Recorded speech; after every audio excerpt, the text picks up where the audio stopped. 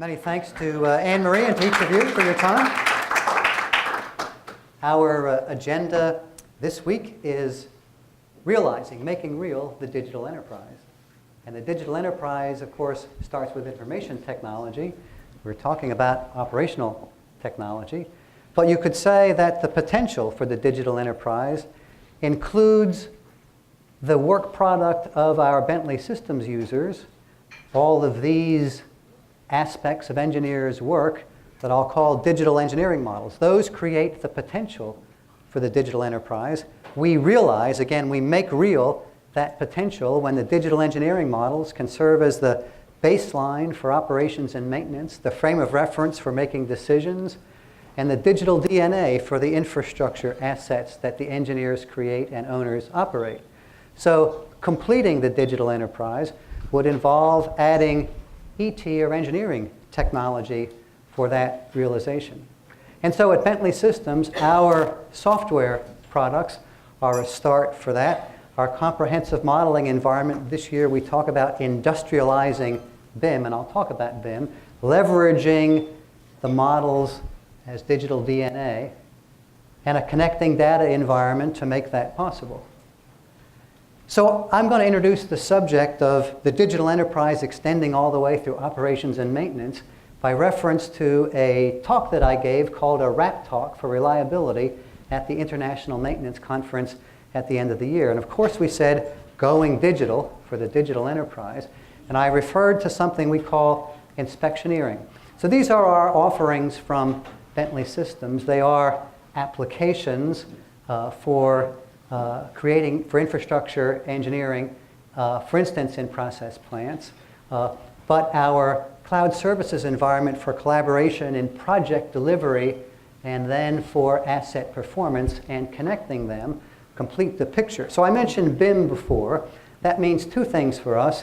We accomplish better project delivery for assets by way of greater breadth of information mobility, and that's on the CapEx side. But we also, and in CapEx, our products for design modeling and analytical modeling and construction modeling are part of creating that digital enterprise potential that I talked about, the BIM potential, if you like. Much should be expected from us at Bentley Systems because ARC's research shows that we lead or are close in many aspects of digital infrastructure important to you and your readers. But BIM means something else for us at the same time, better asset performance. And the BIM part of that is greater depth of information modeling for OpEx. And so here we add asset performance modeling as part of going digital. And that, as I say, would realize the potential for the digital enterprise. And much should be expected of us at Bentley Systems here as well, because in ARC's rankings, we also lead in categories of reliability software. So for us, we want to advance in both CapEx and OpEx at the same time. We could call that TODEX. And of course, we mean to take cost out of TODEX. And the digital enterprise and its realization would put all that together in going digital. And wouldn't it be great then if every manufacturer or process owner would have a ET environment with digital engineering models of this sort from our software, which could link into the OT inputs, for instance, MindSphere, and the IT attributes for an immersive contextual environment of this sort. And that is much to be desired, and you will go away with a yearbook of the Be-Inspired projects who've won awards in doing that sort of thing with our software. One of those, the winner in asset performance this year, was Danfoss. They have been doing remote monitoring of refrigeration. They used to be in the refrigerator business. Now, new business model, they're in the refrigeration business and have been remote monitoring that. And so my friend Richard Ruth has my favorite title. He's a product manager of services at Danfoss. He's going to speak here at the ARC Forum, and we have helped Danfoss advance this year from tracking and monitoring to using deep learning to predict refrigeration and energy. But I want now to go to the example of Emerson. They're a finalist this year in asset performance in our competition, and they use our AssetWise Amulet operational predictive analytics for their integrated operations center in Texas. And it starts with a skid of the plant environment, and the integrated operations center is all about not needing to go to the field for engineers, and so that operations command center needs to be kept up to date. So they actually bring in a different skid for each manufacturer, but that's great if this picture were complete, but as Jagannath said, it's a brownfield economy. In 98% of plants, you wouldn't have necessarily the same digital engineering models we showed earlier. We have an advantage even then, however, because the virtual world in which design and analysis occurs and the asset performance real world have in common geo-coordinates. Everything has a 3D geolocation, and a technology we call reality modeling can bring that together. Reality modeling uses digital photography. For instance, in this case from a drone, this substation in France, 286 images from a drone were then supplemented with some handheld photos from the ground, and you see that this is a reality mesh that goes right into the engineering environment and can even be continuously surveyed, because unlike laser scanning, this process from photography doesn't need any special equipment or special operators. But if you had photos, for instance, in maintaining this rail bed, the photos might not have the detail you would like. So in the UK, trains can have a laser scanner mounted on them, and then you would have scanned input of the rail bed, which you can now, with our software, process in context. So you have a reality mesh combining photography and laser scanning in this process of continuous surveying. And for instance, in this reality mesh here on the rooftop, each of the dots represents where a photo was taken from a drone or walking around. And in inspection, we might like to have a closer look, but it would be difficult to look through the photos until we use the 3D immersive image to find what we're looking for, and then bring in the photograph and go to where we want in the high definition, even to find the tags and drill down from there, for instance. So I proposed that we could call that inspectioneering, and that was an actionable opportunity for plant operators today. In inspectioneering, the engineer at his desktop will have the benefit of the continuous survey. For instance, there's that substation again, but it's brought into the engineer's engineering environment, for instance, our Bentley substation tool, and he can engineer in this brownfield, for instance, to replace that transformer or to look at its failure modes and degradation and expected life from its nameplate and so forth. Now, photography is interesting. Here in the field, this inspection would take note of spalling, for instance, and with photographs taken by that fellow there and uploaded to our reconstruction cloud service, as soon as that, the inspector could be helping the inspectioneer. He's now an engineer who has access to the field conditions in 3D. He has access to something else as well, the digital engineering models, for instance, the rebar at that location, to determine if, in the simulated case, there's really risk of failure and safety. Now, something about drones that we've learned in the past year. So these folks are experts, and they're doing an existing conditions survey of a communications tower here. And they're doing what they think is the right thing. They're taking 600 images of it. It's going to be processed with our context capture software into this reality mesh. And you see it might be useful for something, but if you had in mind structural integrity and corrosion, that doesn't look like a sufficient model for the purpose. So the point is that the inspectioneer, he knows what he needs detail of, he should be the one programming the drone, which he has done here. And the 600 photographs, for instance, can be taken from the right place, focusing on where he knows there's a problem or a degraded condition to monitor. And it turns out to be, it's not the case that a drone can't do a good job on a communications tower. It's just that the engineer needs to program the drone, as we've learned in this past year. So I want to go back to helping Emerson here. So that's an operations center involving this skid.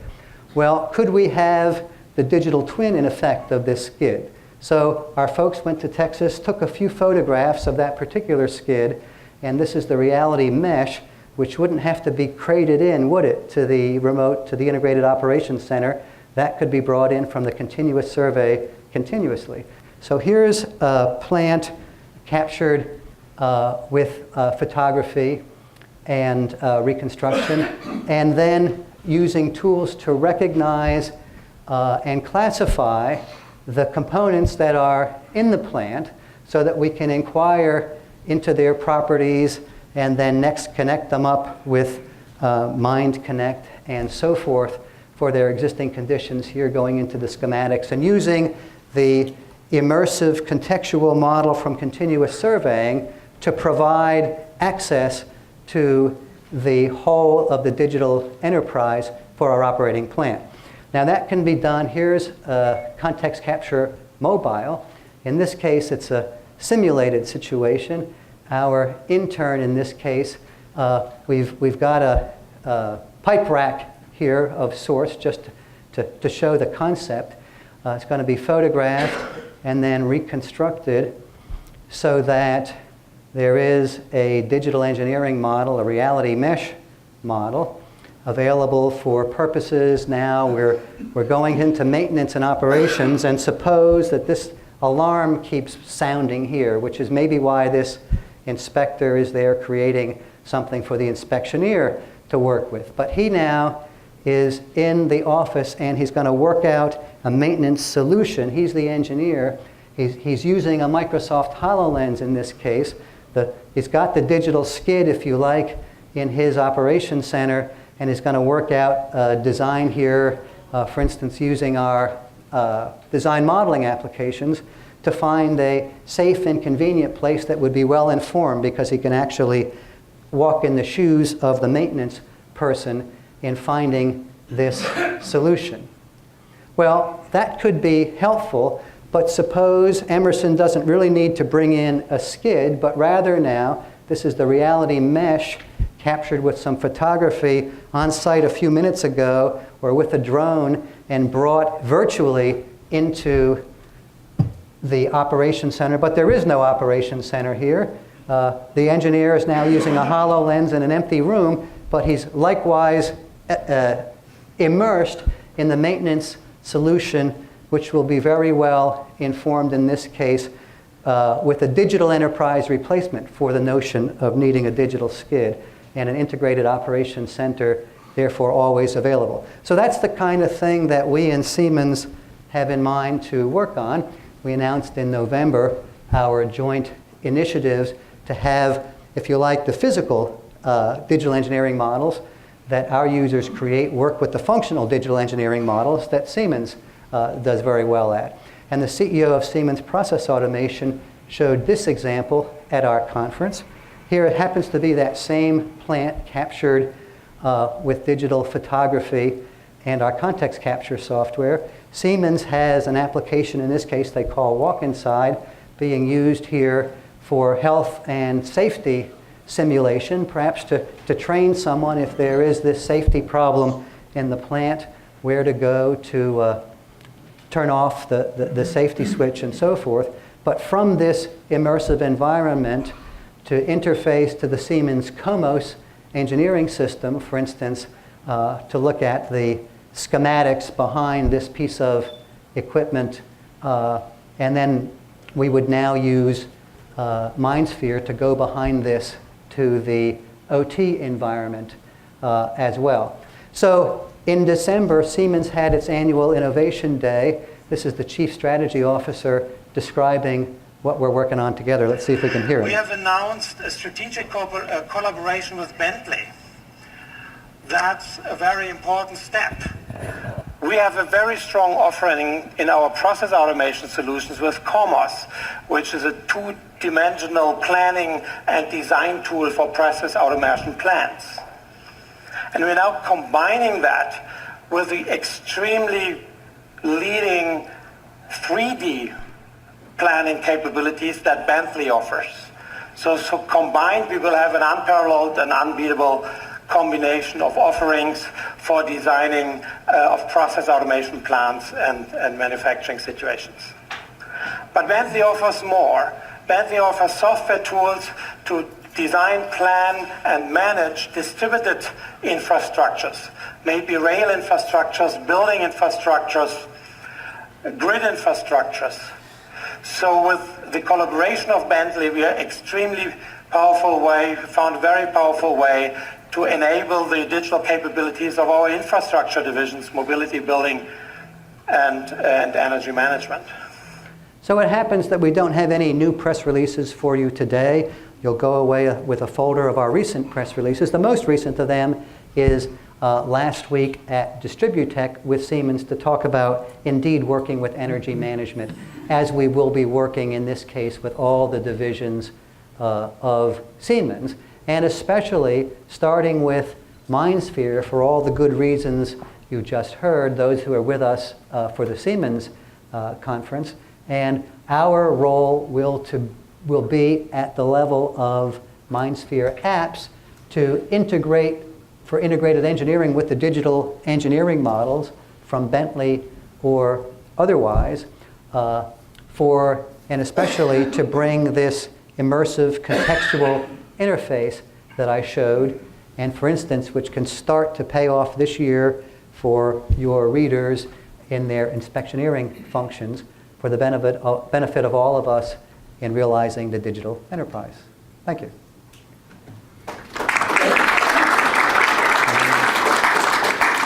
Be glad to have your questions.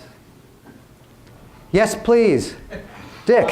You made an interesting, you used an interesting term, industrializing BIM. Could you elaborate a bit on that? So by BIM, it initially meant building information modeling. That's kind of forgotten, and it's if you go to China now, for instance, every asset project, every construction project has a BIM division, a BIM director, and so forth. It just means making things smarter. It has been applied generally in the realms of infrastructure, of road and rail and water and so forth. When we talk about industrializing BIM, I mean not only applying what I'm showing here in the industrial realm, I mean implying industrial processes for designing and constructing and operating plants and industrial assets.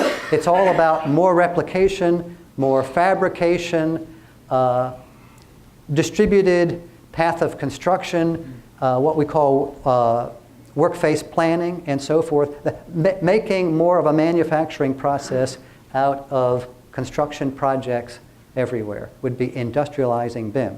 And we and Siemens together think we have a lot to contribute for that. Great question. Next question.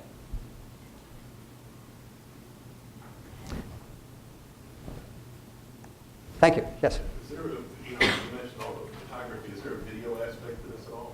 So the way in which you can reconstruct 3D from photographs depends only on their overlapping. And the only limit to the accuracy is to what degree they overlap.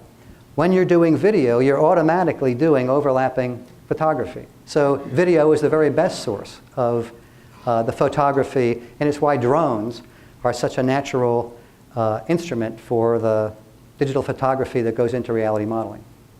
So, but I mean, in the case of the tower, would you take like that 6,000 pictures and stitch them together to make a moving image if you needed it? Yes, the longer, you're going to be immersed in the 3D model. You can bring it up on your phone in a browser and walk around and look around and so forth. It doesn't have to move. But if you have 6,000 photographs, you're going to get a higher degree of resolution than 600. And a drone flight is an easy way to do that. One can imagine in a plant having permanently stationed cameras. And I anticipate, just as the inspectioneer today was programming the drone, in the future the engineer will be, when he does a design, will be specifying where the cameras are to be embedded. The cameras that are disposable and will be renewed periodically and so forth.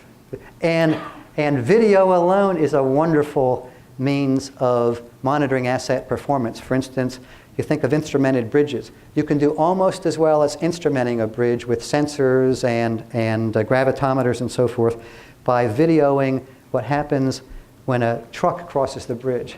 The displacements, our structural analysis software used to analyze and build most bridges in the world is doing almost as well without bothering to instrument the bridge by videoing it, if you can find a place to video from. But these things are changing every year. It's really, and machine learning to analyze the videos we'll be talking about next year. Terry. When will the Bentley apps be ready for the MindSphere? We've had teams in Germany for most of the past month, and it will be next quarter, I think. We'll have the first of those. It's quite interesting. You don't need to rely on the traditional, librarians.